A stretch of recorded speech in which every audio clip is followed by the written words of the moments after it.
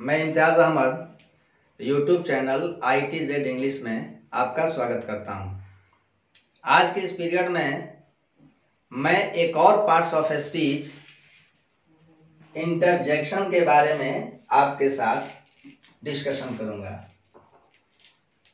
Interjection, जिसे हम लोग विस्मयादि बोधक शब्द कहते हैं, हमारे जीवन में कभी दुख आता है, कभी खुशी आती है, कभी हम आश्चर्य व्यक्त करते हैं, कभी किसी की निंदा करते हैं, कभी किसी की प्रशंसा करते हैं। तो जब हम ऐसा करते हैं तो हमारे मन और मस्तिष्क की एक विशेष अवस्था बनती है। उस विशेष अवस्था को एक्सप्लेन करने के लिए ये इंटरजेक्शन बनाया गया है। ठीक है, interjection. An interjection is a word. An interjection is a word which shows sudden feeling. एक इंटरजेक्शन, एक विस्मयादि बोधक शब्द वह शब्द है जो आकस्मिक भावनाओं को दर्शाता है, आकस्मिक भावनाओं को व्यक्त करता है। किसको व्यक्त करता है? सडन फीलिंग को, मतलब उस तरह की फीलिंग को जो एट वंस उत्पन्न हो जाती हैं, एक बैग प्रकट हो जाती हैं। सडन फीलिंग का मतलब एक्सक्लामेशन, विस्मय या इमोशन। तो ये सडन फीलिंग या एक्सक्लामेशन या फिर इमोशन कुछ एक ऐसी वस्तु है जो हमारे मन और मस्तिष्क में जन्म लेती है, और मन और मस्तिष्क की इस अवस्था को एक्सप्लेन करने के लिए, उसका वर्णन करने के लिए हमने जिन शब्दों को बनाया है उसे हम इंटरजेक्शन कहते हैं। इंटरजेक्शन, विस्मयादि बोधक वह शब्द है जो हमारे मन और मस्तिष्क की आकस्मिक भावनाओं को व्यक्त करता है। ठीक है, जैसे जब बात खुशी की होती है तो हम लोग बोलते हैं हुर्रा हुर्रा, तो सामने वाले की समझ में आ जाती है कि ये जो मन मस्तिष्क की अवस्था बनी है वो अवस्था खुशी वाली है। जब हमें दुख होता है तो हम लोग एलास या फिर ओह या फिर एह बोलते हैं। समझ में आ जाती है कि बात कौन सी है भाई, तो दुख वाली है। जब हमें घृणा शो करना होता है, नफरत दिखलानी होती है, डिसजस्ट होता है, तो हम लोग उफ उफ इस तरह से अपनी सडन फीलिंग को एक्सप्लेन करते हैं। जब हम जश्न मनाते हैं, अम्यूजमेंट होता है, आमोद विमोद होता है ना, तो उस वक्त हम लोग ठट्ठा लगाते हैं, हंसते हैं, हा हा हा हा।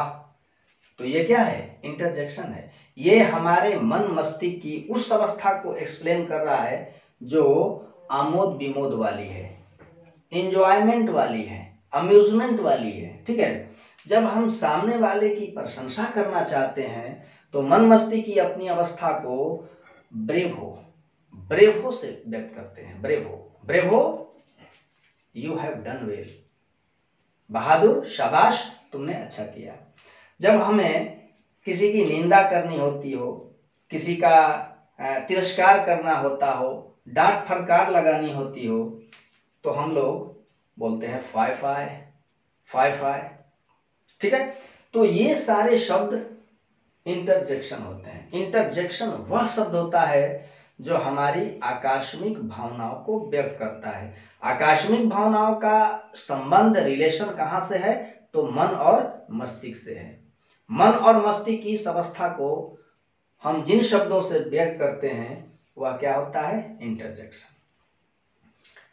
अब इंटरजेक्शन के बारे में आपको एक खास बात बताऊं कि इंटरजेक्शन के शब्दों का कोई शाब्दिक अर्थ नहीं होता है, ये मीनिंगलेस होते हैं, है ना, इनका कोई अर्थ नहीं होता है। लेकिन जैसे ही इंटरजेक्शन किसी सेंटेंस से जुड़ते हैं तो अपना पूर्ण अर्थ व्यक्त करते हैं। ठीक है। और भी एक बात आपको याद रखना है कि इंटरजेक्शन के अंत में नोट ऑफ एक्सक्लेमेशन, क्या कहेंगे, नोट ऑफ एक्सक्लेमेशन,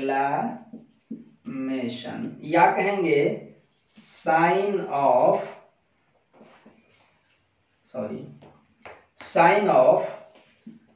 एक्सक्लेमेशन। इसको हिंदी में हम लोग विस्मयादि बोधक चिन्ह कहते हैं। ठीक है।